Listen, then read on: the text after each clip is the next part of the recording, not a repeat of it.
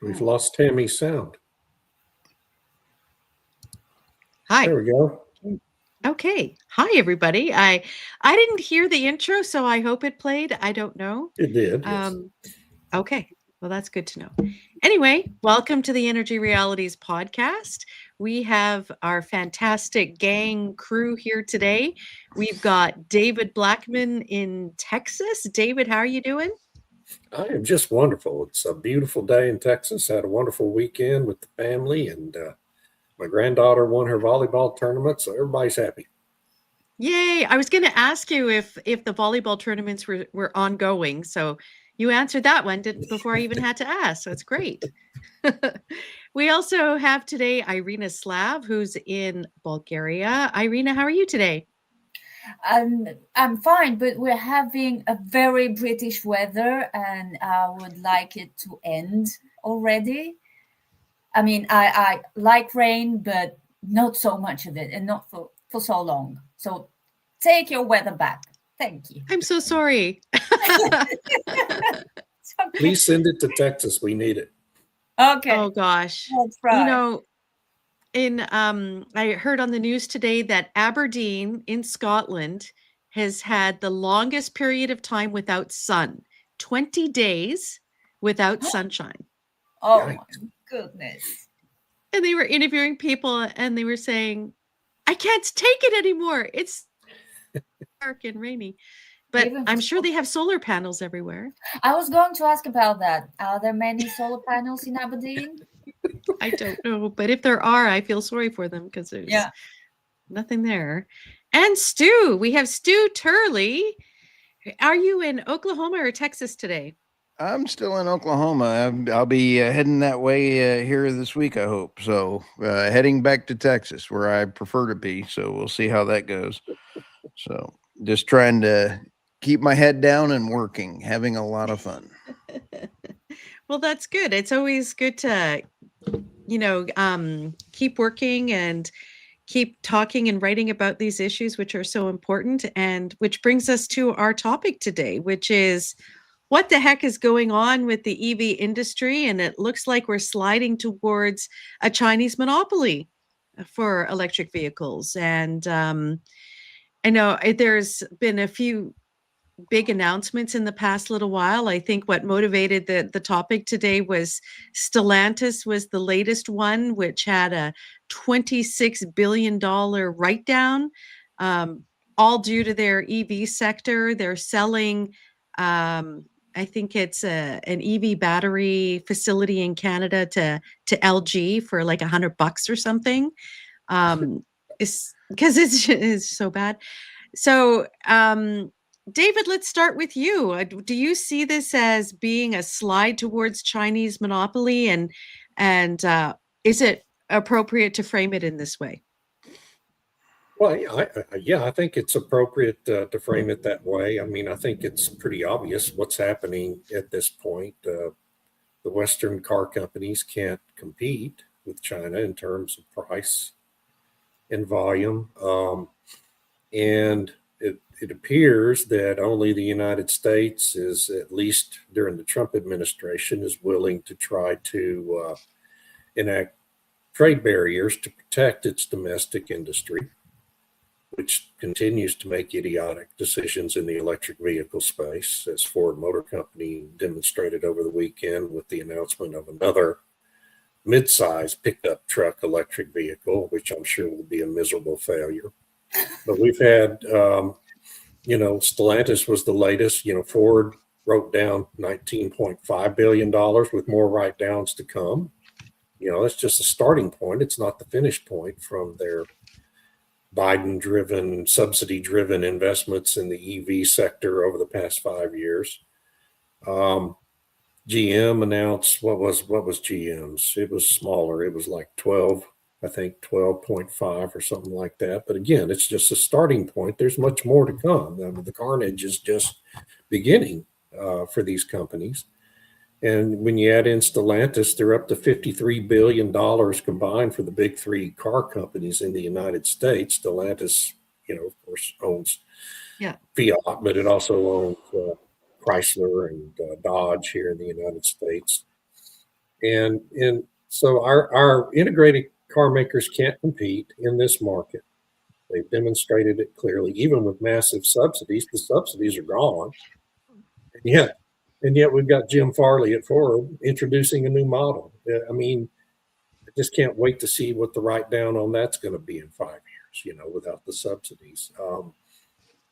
China, meanwhile, I mean, go ahead. I would just add that Robert Bryce had a really great post. I think it was yesterday, where he said that the top 7 Western major automakers, it's totaled $114 billion in losses. Yeah. And these are just the initial write downs. Again, these are not final numbers, folks. That's what everyone needs to understand. This is the starting point for these companies.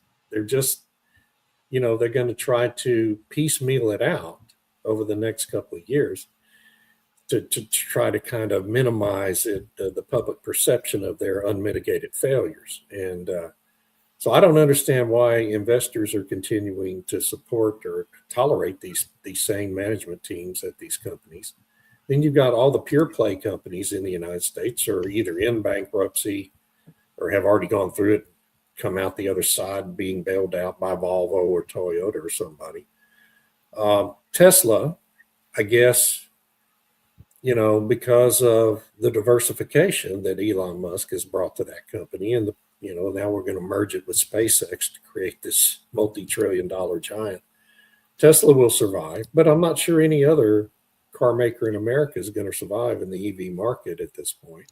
And then Europe, of course, is already allowing China to come into the country with their BYD cars and other electric cars, and so is Canada now. That I know you'll talk about in a minute.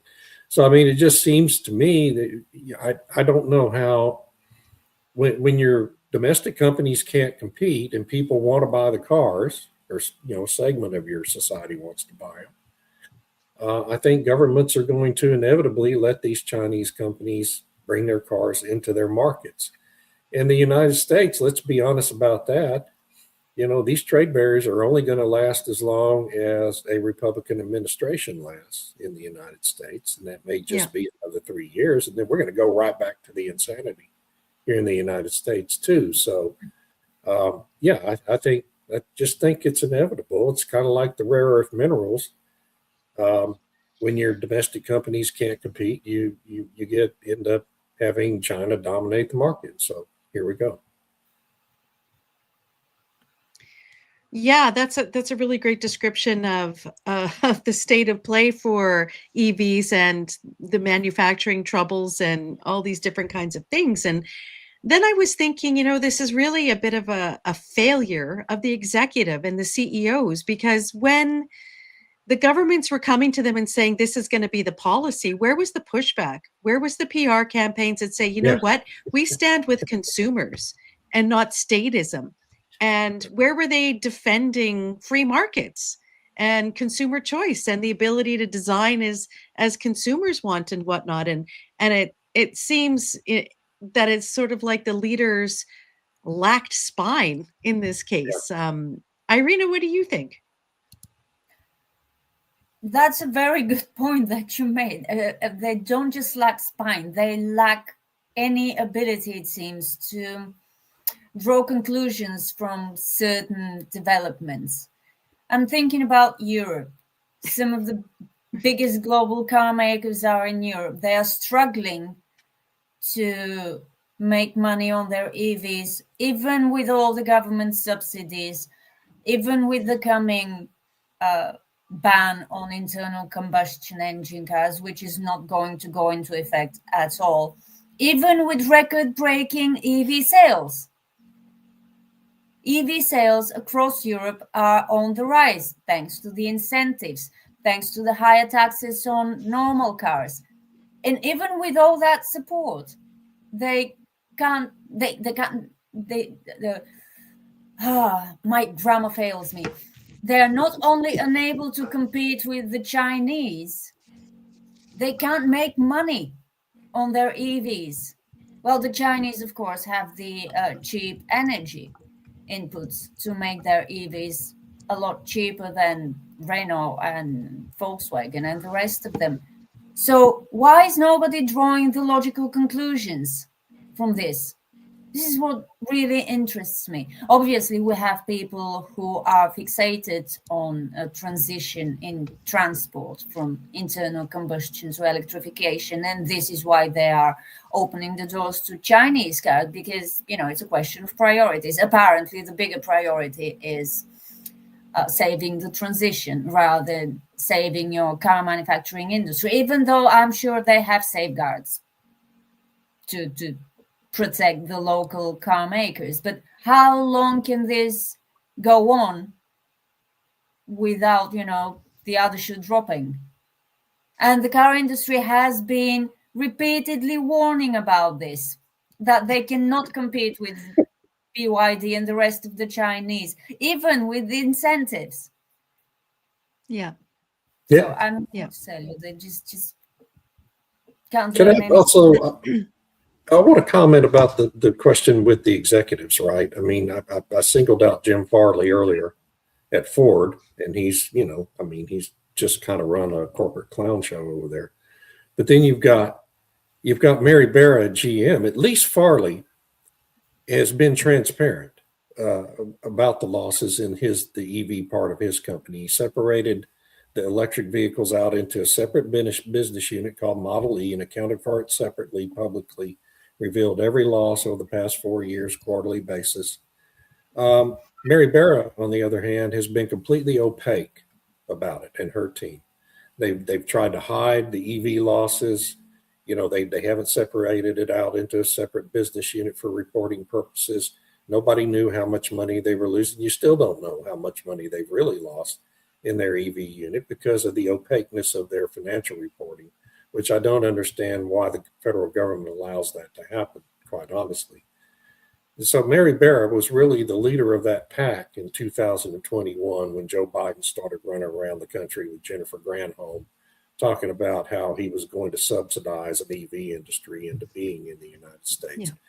Yeah. And Farley catches a lot of heat because he's just, you know, he's more out there in public and doing these kinds of things on social media that he does. But we shouldn't forget about Mary Barra and the role she played in leading the whole industry in this direction. Can I address Robert Quintos's comment there? I think it's the last one, where he says, unfortunately, the governments can extract penalties like corporate taxes and withdrawal of permits that can hurt their bottom line. And these are unseen pressures that people can't see. I agree. There are those unseen pressures, undoubtedly. And I have no doubt that there were meetings held where the government said, this is the direction of travel that we're going. It's going to be Green Deal. It's going to be net zero and all this kinds of stuff. And you better get on board or else. But my point is, the CEOs didn't seem to stand up at all. And yes, that leverage can be used on them, but the public has a big role to play. And there's an opportunity there to communicate that they're in line with what the public wants and that they would like to do other things. But there was silence. There was real silence on it. And, you know, there is a lot of power in this manufacturing base and lots of arguments that could have been made on, you know, if we pivot this way, this is really going to impact the larger manufacturing capabilities and for other things, not just for automobiles. And I wonder, Stu, what you make of that, this idea that if you outsource your auto manufacturing to elsewhere, whether it's China or wherever, that actually has larger knock-on effects for overall manufacturing, especially when it comes to things that you might need in the future for defense. This is a total deindustrialization plan, very much tied to net zero. Let me bring to the stage my article here. Let me remove that one, add this one. I just did this one this morning, and when you take a look at why China has got some things going on, China's ascent in the EV battery sector, they poured $230 billion into the EV battery subsidies. That's critical. It led to massive overcapacity. They've got some real issues going on in there. Key tactics included controlling upstream resources. China dominates 95% of the global battery grade graphite, 85% of lithium anodes, and 70% of the cathodes. In the vertical integration bolstered by low interest loans, tax rebates, and manufacturing like CATL and BYD to operate at a loss. Made in China was ambitious, where inefficiencies at home are tolerated to achieve the global dominance. This brings up a huge problem, that is security with buying a Chinese car and buying any car that your government or a foreign government can control. I am not going to buy any car that has a kill switch in the United States, which is now allowed by our government. Canada faces acute risks after a 25 trade deal offered and tariffs to Chinese to 6.1, allowing up to 49,000 units annually. I noticed that I've got a lot of questions on Canada coming up here in a second. But when you take a look at China's domestic issue, they're going to be this is going to exacerbate their exporting, because they have had a 0 mileage used car and warranty in China that is absolutely eviscerated their own individual markets. But I want to bring up in a point that, as David had mentioned, Tesla is going to be the winner in the United States because it is an AI tech company that happens to make. He's done a great job separating it out from their focus, and they've never relied on subsidies like Ford, Stellantis, and GM and all the others. And I just went and checked their stocks and stuff. And I can go into about what investments look like as an investor to look at their stock charts. I would not touch any of our U.S. manufacturers as a investor looking at that stuff. So this brings up a gigantic problem. I believe that to answer your question, the Canadian government is going to lose even more industrialization and hundreds of thousands of jobs on their current path. The EU and the UK are also going to continue losing jobs on their current path. And the only winner is going to be a temporary winner of China, because once you start shipping out these batteries and they remain control. I just saw an ad yesterday for somebody trying to sell a Tesla that had 100,000 miles on it for $1,000, because the battery to replace it was 24,000, and it was more than what the car is worth. But a car of that age that was an ICE car, you could get $5,000 to $6,000 for, and you could keep it on the road. So Europe, Canada, and the EU are about to get, in about 3 years, the China battery bite in the bahonkus that is going to be horrific. What is a bahonkus?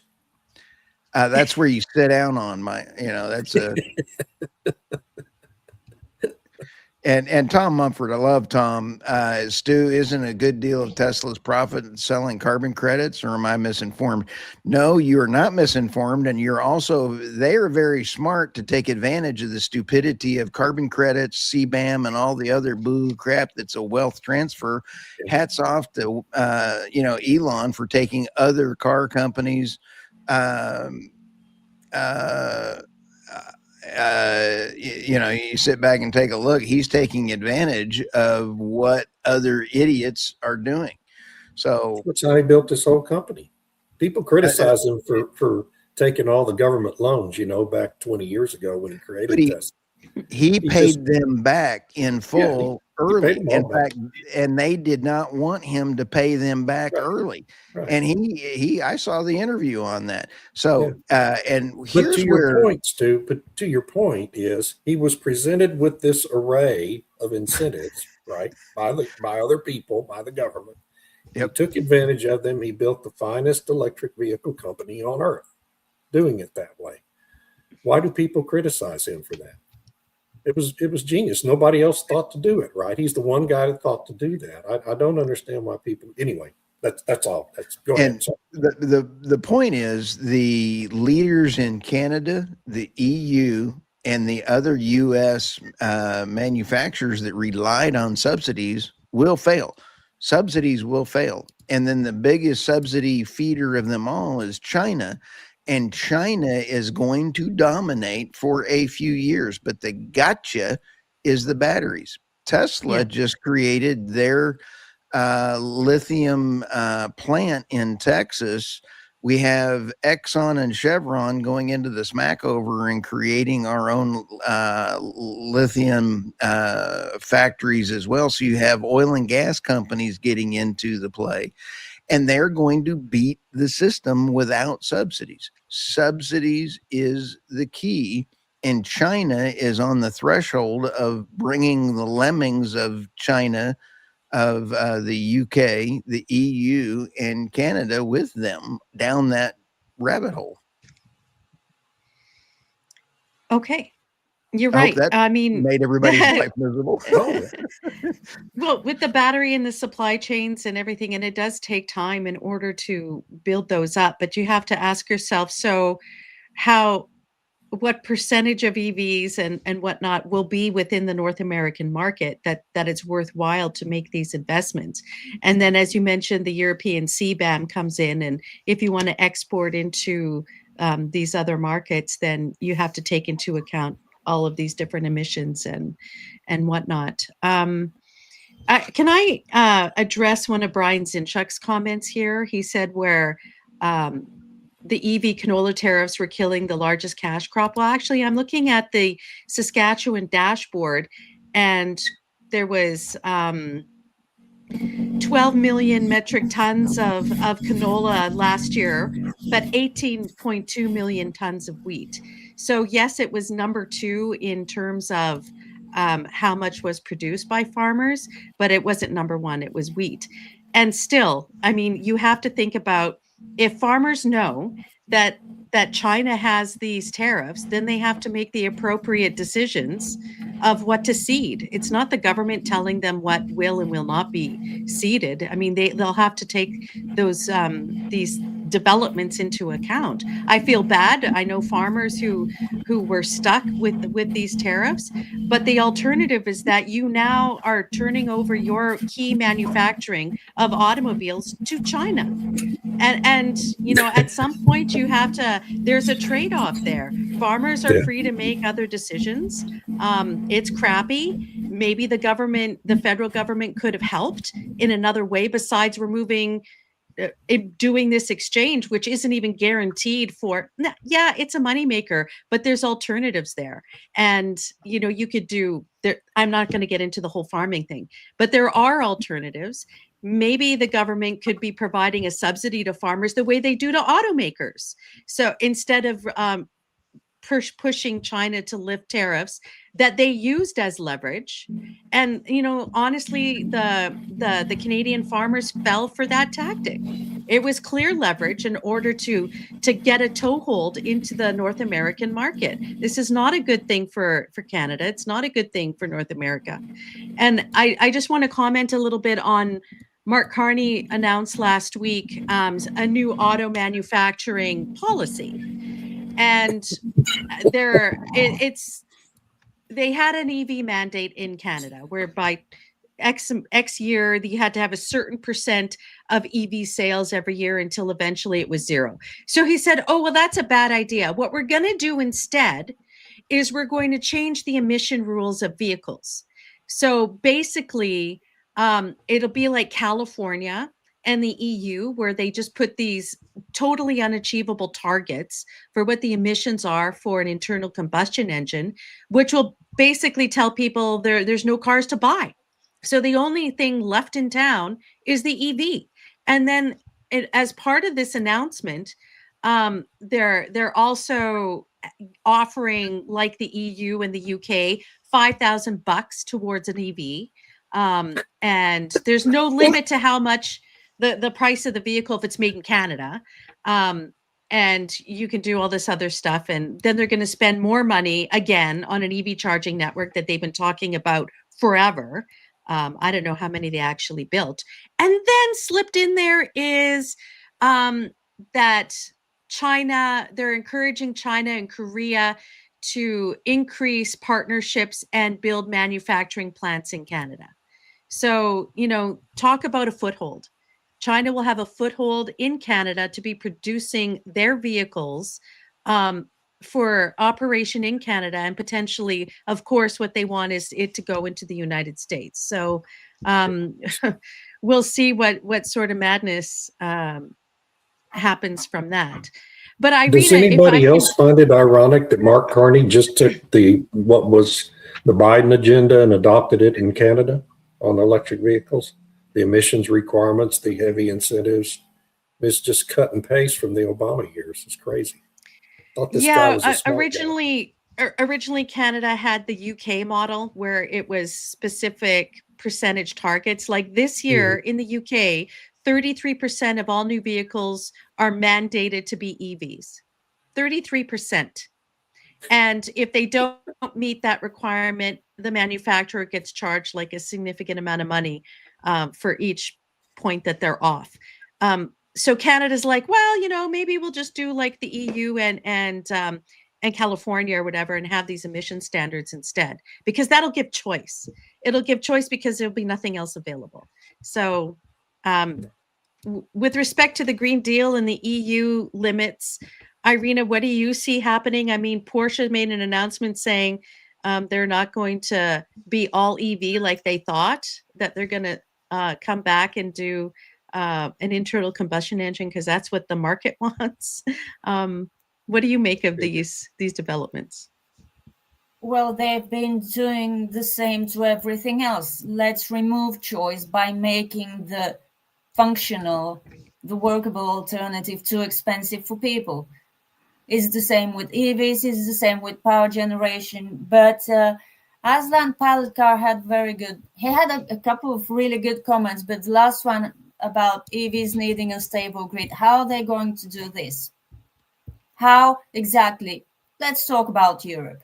They're building wind and solar. They're charging coal power plant operators for their emissions, and they want a stable grid. Plus, they have to build all this charging infrastructure. It's not happening, is it? And now in Germany, I hear there's a draft law that will make wind and solar developers pay to get connected to the grid, which will further slow down the rollout of even more wind and solar. And storage, because apparently there are lots of battery storage developers who are eager to get connected to the grid. And there's just too many of them. So yeah, what I see, what you were saying about Canada is standard practice of the net zero crowd. Let's make the alternative too expensive. Yeah. Let's make it as unaffordable as possible to make people buy the products we want them to buy. And still EVs are a minor part of all cars in Europe. And people are driving their cars for longer periods of time, for more years, because they don't want to get an EV. So that strategy is clearly not working. So why is Canada trying to do the same thing? Why is the EU doubling down on this? It's a rhetorical question, of course. Yes. But a good rhetorical question, because we ask it all the time. It's like, why? Yeah. It's not working. And it's like the sudden epiphany of the auto manufacturers. Well, we were producing something the people didn't want. Oh, you think? Like, yeah. Well, didn't some car maker or other in the UK threaten they would leave because of these fines they will be facing if they don't sell 33% EVs of their total sales? Yeah. What is their alternative? Stay and get fleeced again and again because you can't sell enough EVs because people don't want to buy them. But that Yeah, 'cause Volkswagen that threatened that, I don't remember. I remember the I don't story know. about one of them threatening to do that, but I can't remember which company it was. Well, they're closing factories, so there's that. Yeah. Oh, there was it wasn't that they weren't being sold, it was too expensive. So they were retooling the mini factory in Oxford, and it was going to be producing just EVs for the UK market. And then they decided it was too unprofitable. The electricity prices were too high, energy prices were too high, and they were going to close it down and shift that production to China and then re-export them back to the UK. Then there was like this huge kerfuffle, and then the government made some promises, and then I don't know what happened. The factory's still going, so I'm not sure what happened in the end. The news cycle seems to follow the big, oh my gosh, and then there's no follow-up, so I'm not sure what happened afterwards. Is a That's very kerfluffle, unprofessional. is a kerfluffle something related to a Farfelugen wind blackout? I'm not sure. What's a Dunkelflaute. kerfluffle? Dunkelflaute? Oh, thank you. Yeah, what's a kerfluffle? Kerfuffle is just when there's like a bit of chaos or whatever. Oh, And okay. And then a Narfelfluken is a what? Dunkelflaute? When you don't have any wind. Thank you. when Okay, there's got it. when it's calm, it's becalmed. Yes. Yeah, Norway just had that, and I wrote a couple articles on that. You can't buy that kind of entertainment with their wind system failing, and they've got 2 weeks with no wind. Nice. Yeah, Just and 2 now weeks? Canada. Sorry, Just 2 weeks? 2 weeks. Yeah. Canada's deciding it's going to do full-on offshore wind on the East Coast, and they're trying to recruit China to be co-investors in what they call Wind West. And one of the announcements was that they're going to create a whole new wind turbine supply chain in Canada. And I'm not really sure with what and how that's going to work. It sounds But, like, yeah, I mean, Carney seems to be trying to turn his country into a wholly owned subsidy of China at this point. Yep. I mean, every Yeah, deal he announces has China in there somewhere. It's wow. He I and know, Governor I know. Newsom have the same plan. Yeah. Well, what's funny is the UK had a meeting in China, and I read the news releases, and it was all the same language that Carney was using about strategic partnerships and all this kind of thing. And then there was an article on Substack, I think it was yesterday, where they were talking to different European diplomats who said that now the EU is considering that America is an adversary and China is a good partner.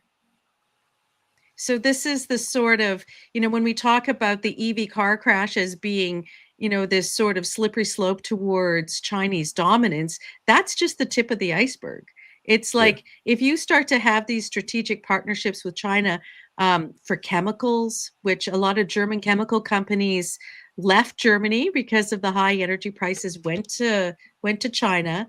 You have the UK that's importing steel circuitously from China through Japan and elsewhere into the UK. So if the China's providing all this stuff, is that really a good partner? Because they're swapping. If you think you're too dependent on America, aren't you swapping one dependence for another? Well, ask the European Union about their gas dependence.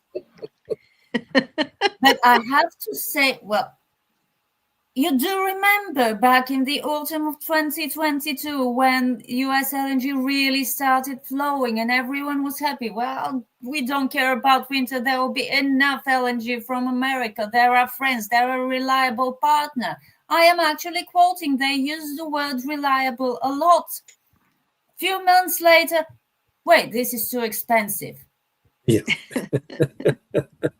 You're profiteering. Some French guy, was it Macron or one of his then cabinet? I don't remember. He said, American LNG producers are profiteering off Europe. Really? No, they have a product. There's enough for export. Hello. Hey, look at that pretty So cat. beautiful. But the EU has been really smart about EVs in China. I just realized that because the EU will be importing EVs, cheap EVs from China, and it will also be importing cheap labor from India. And the cheap laborers from India will be able to afford Chinese EVs. See? They'll be doing business. Oh, globalization at its finest. Can I comment on Brian's little comment there about why are the oil-rich Norwegians now buying almost exclusively EVs? Apparently, only 7 gas vehicles were sold in Norway in January. And he says almost complete adoption of EVs there. That's new car sales. And if you look at what most Norwegian families have 2 cars, one is an internal combustion engine vehicle and the other is an EV. And how Norway did that is they used their oil and gas subsidies in order to sweeten the pot for people to buy an EV, and they made it incredibly expensive for an internal combustion engine to drive around on the highway. So you had all these extra taxes, all these extra tolls, but now they're starting to put those tolls on the EVs because they got what they wanted, which was so many, all the sales to be EVs. But people are, like David has said, they're holding onto their cars longer. So they might have bought an ICE vehicle 3 years ago. They're holding on to it much longer. So if you look at what the used car sales numbers are like, people are still buying ICE vehicles. They're just not necessarily new ones, and they're holding on to their existing ones much longer. And they used a lot of sticks against people who have those vehicles, and they use subsidies in order to encourage people to purchase the electric vehicles.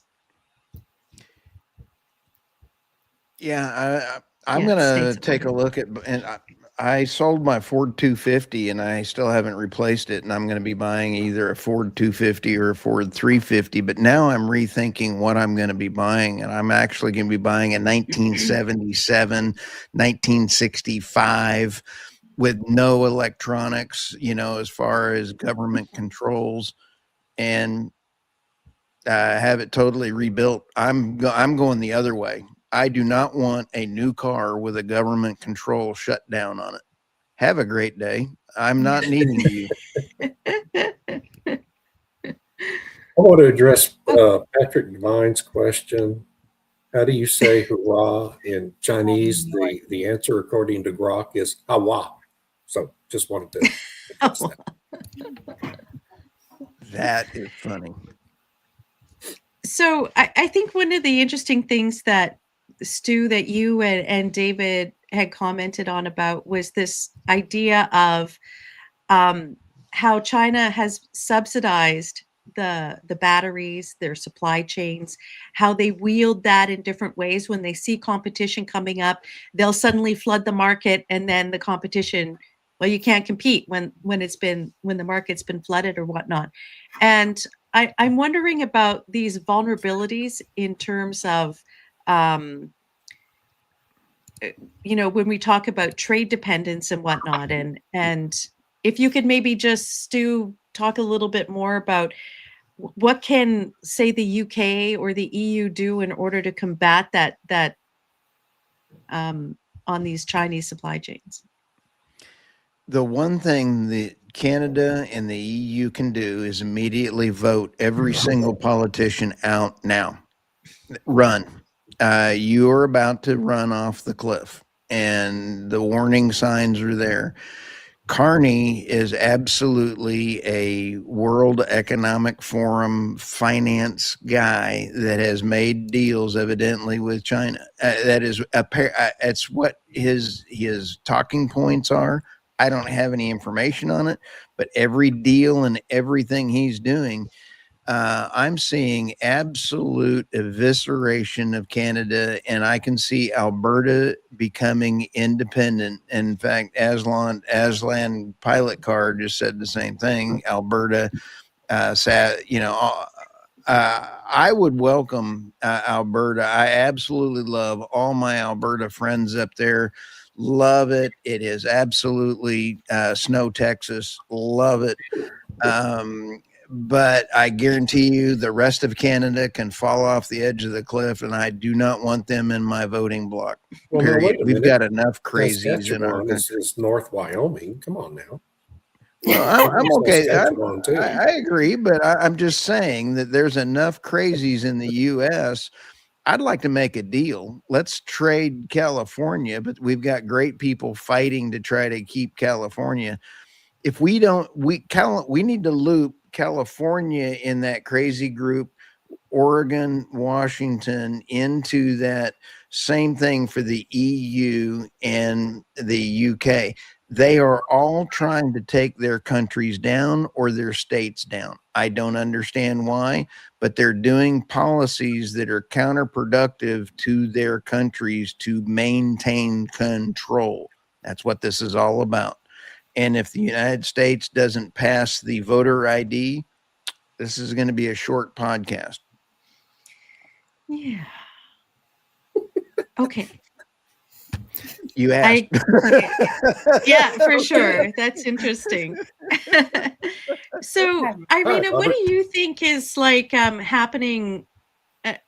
Is the CBAM going to fall apart? Is the EU manufacturing just going to disappear? I hear there's like all this pivoting and transitioning to defense manufacture instead of autos and everything else. And what's your view on it?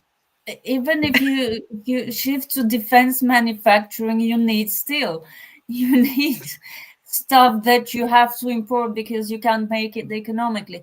It's an either-or situation. Either the industrialization will continue, these attempts to rearm will flop spectacularly because energy is expensive for defense manufacturers as well as for, steel manufacturers and car manufacturers. What are these people trying to do? Or they will have to kill not just CBAM, but the methane directive. Yes. They would need cheap imported energy because they don't have enough to produce locally. Try as hard as they might. No, really, that keep these people in charge, the decision makers, they keep doing the wrong thing, all new wrong things, in a bid to fix the mistakes they made by doing the wrong thing in the first place. I mean, you can't have a transition and a thriving defense industry. It needs a lot of energy, I think, because it needs a lot of steel and stuff and things. Sorry for saying stuff so much. I don't know much about the defense industry, but I know it uses a lot of metals. A lot. And yeah. And electronics, are they going to produce these electronics locally? No, they have to import them from Asia. What happens with CBAM, with electronics imports? It's like there isn't a lot of comprehensive thinking and planning involved in what the European Union is trying to do in every single respect. And so now they have taken to propagandizing how great the European Union is. They keep churning out on X because X's algorithms are so sneaky. You engage with a post and the algorithm says, okay, I'll be showing you everything from the European Parliament from now on. It's highly informative. And they keep churning out these polls about how everyone is so happy to live in Europe. Obviously, unrepresentative, this Digital Services Act and how great it is and how it's protecting freedom of speech. And then we have Macron in France, who is inviting researchers to France because in France, people care about science. Really? Really? These are the people making these decisions about the defense industry, about switching from a dependence on the West in the face of the United States to a dependence on the East in the face of China. They don't know what they're doing. Clearly, they do not know what they're doing. Well, I And find it's it interesting because everything the EU does is like we have this directive and we've had these policy guys talk, they have this goal in mind. And if they just say, this is the goal, achieve it, it'll be done. Instead of thinking, is that goal even no, and they achievable? keep doing conflicting things, paradoxical things. Like they want cheap energy and they have the methane regulation. Yeah. These are mutually exclusive, very, very literally. They Yes. want to be more independent from imports, but they want to revive their military industry. How are you going to do it? Yeah, the Yeah. list goes on. It's really a disaster. Can we talk about Francis Moore's comment up there, because it's scaring the hell out of me? What? This is everything in the UK is in a state of flux. Starmer is finished. A few leadership contenders. They're all very scary.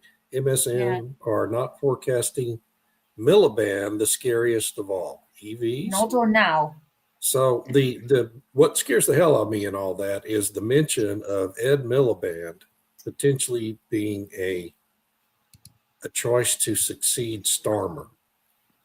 Is there really any? And he's saying, he says, Francis says, he typed MSM are not forecasting Miliband, but I think he probably meant to type they are now forecasting Miliband as the scariest of all. Because I saw I don't. X this morning. Yeah, I don't think he's contenders. Yeah. You don't think he's a serious contender for it? I mean, think of the carnage that would create with that lunatic. I mean, Starmer in charge. Starmer's a communist, but at least he's fairly sane. Miliband is a complete lunatic. I mean, he's just a lunatic. He's a doormat, Starmer. Yeah. Now you're being too harsh. He's a Muppet. Come on, he's one biscuit shy of a Muppet. I'm telling you, Miss Piggy's a lunatic too. So, I mean, telling me he's a Muppet doesn't change anything. So disrespectful for all of us. Yes, I am. So sorry. Hey, Just tell the truth. they've earned it. Look, Cookie Monster's a Muppet. He's crazy. Oh my gosh, Lammy. Ugh, he'd be terrible. Oh my gosh. I know, this is the thing. They're all bad. And if you think about what do they stand for, what have been their policy positions, it would make it even worse than the UK already is. The one thing that we're sitting here chewing the fat on, and that we're leaving out the Donroe doctrine. The bull in the China cabinet in this geopolitical EV conversation is President Trump. And that one is going to be very entertaining.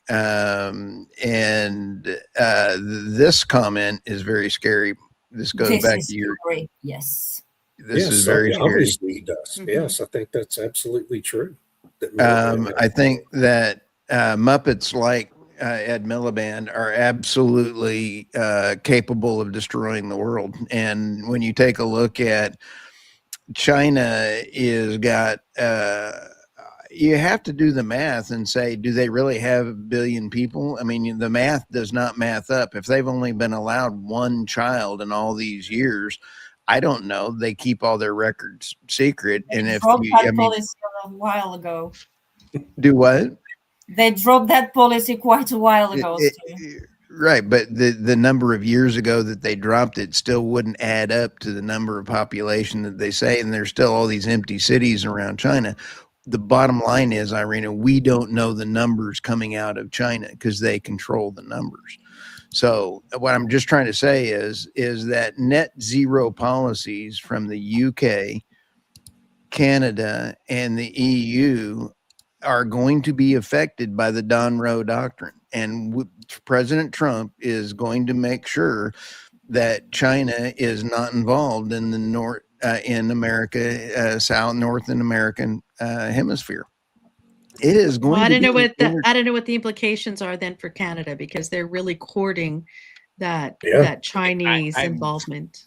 I'm just saying it's about to get entertaining, because when you take a look at Greenland, President Trump the court in Panama took the Panama Canals away from the two Chinese companies that are owned in Singapore, and they're giving them to the Mertz Koreans. company out of Denmark, who also owns Greenland.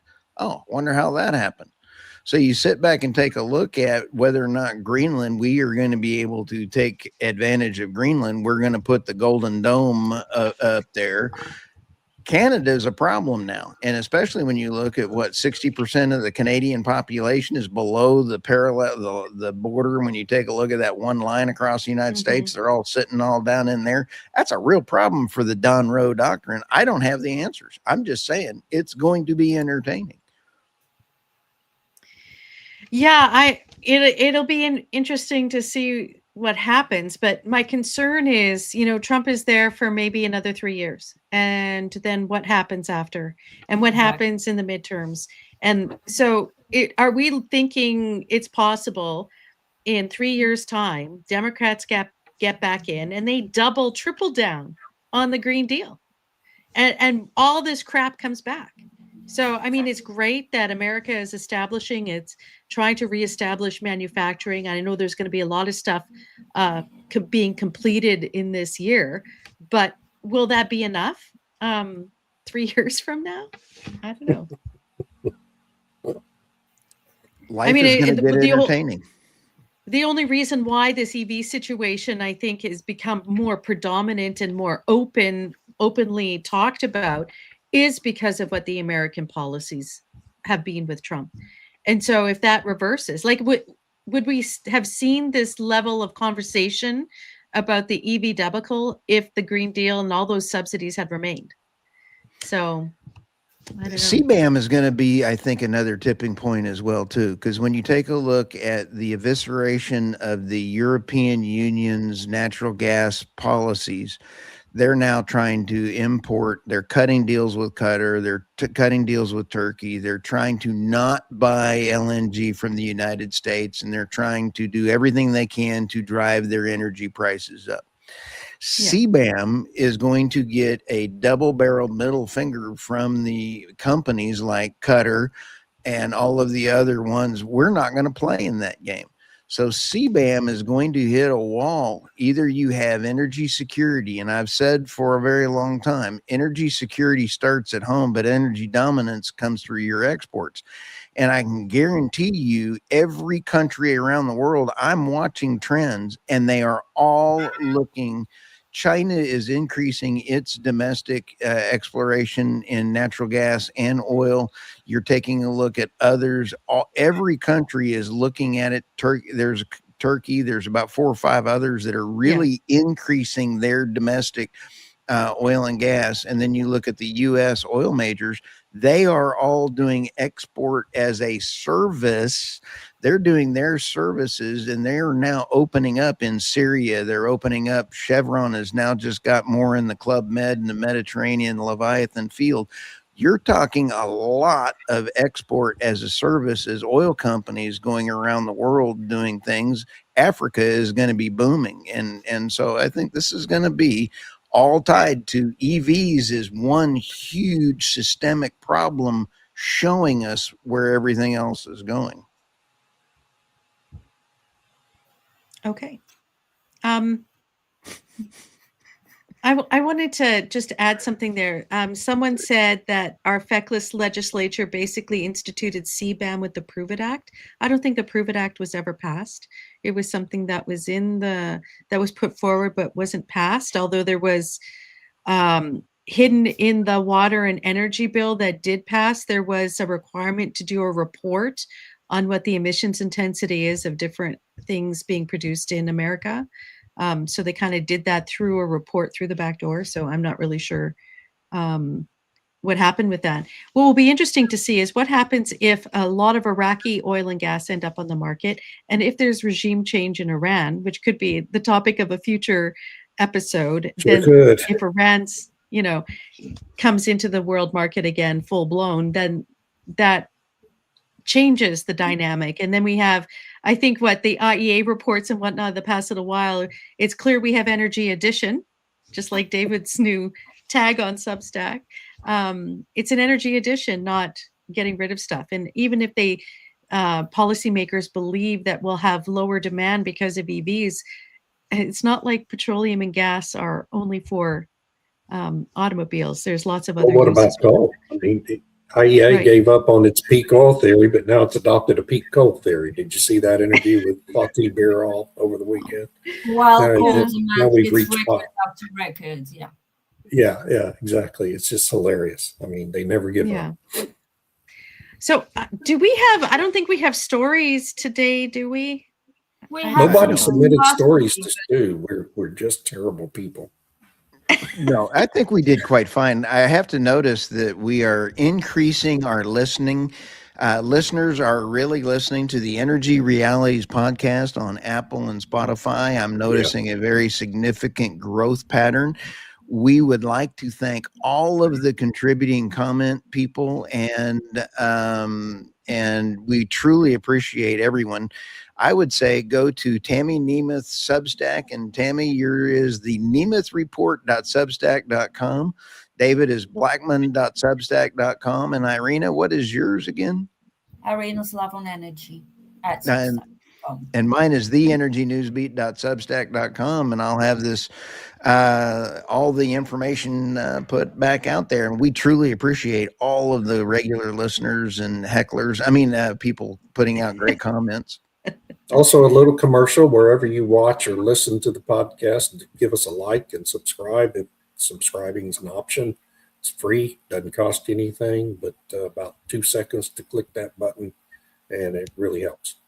There's two quick things. There's a couple nuggets for us for future podcast. Venezuela oil, as well as this one up here, collapse of OPEC. Now that Yes.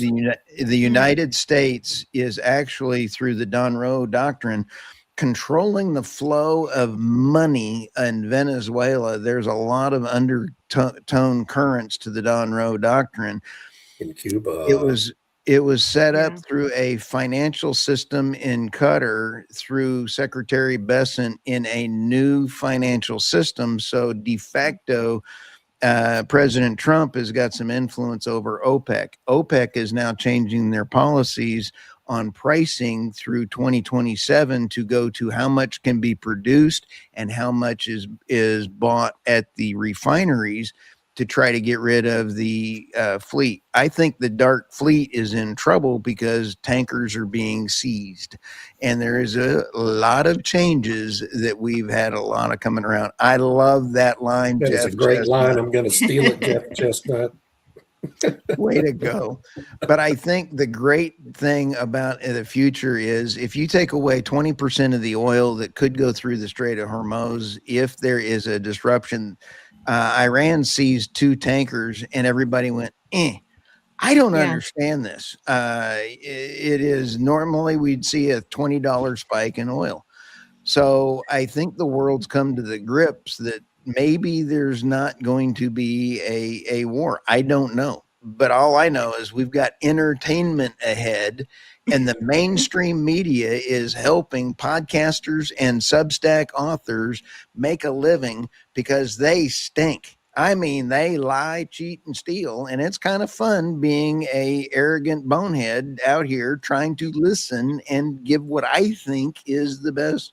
I like being corrected. If I'm wrong, I want to admit it.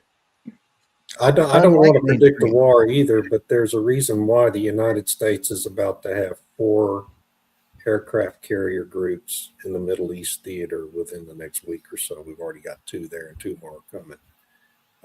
I don't think we're doing that for fun. No. Yeah. And President Trump's got a midterm to win. And if oil goes up, he's not going to like it because the Democrats are going to come up with affordability as a tagline. It's just unbelievable. Oh, so my husband was crunching the numbers, and the average price of fuel at the pumps in America, if you convert that, it's like I think $1.86 or something per gallon, depending on what red state you're in. if they transferred that into pence per liter in the UK, we'd be paying about 37 pence a liter. But right now we pay £1.37 Yeah. per liter. Wow. Yeah, for and fuel. people in the So United it- States still bitch about gas prices. It's I know. They have no idea. But if adjust you're it in for inflation, California, gasoline is cheaper than it was in 1975 in the United States, adjusted for inflation. Anyway, Wow. California, Tammy, is absolutely about to change because they are losing 20% of their refinery capacities. Pipelines are shutting down Yeah. because of the Yeah. regulatory problems. You've got Gavin Newsom out there acting like Herr Starmer and the rest of the Muppets in the UK taking down pipelines and stuff. So we've Yeah. got California, UK, and Canada in now national security problems. I don't understand how the Trump administration is going to fix that one. Yeah, that's a tough one. Topic So- for another day. So Topic thank for you, another day. everybody. And we'll see you next week. Thanks, everybody. We Bye. ran overtime today. Did good. Bye. Bye.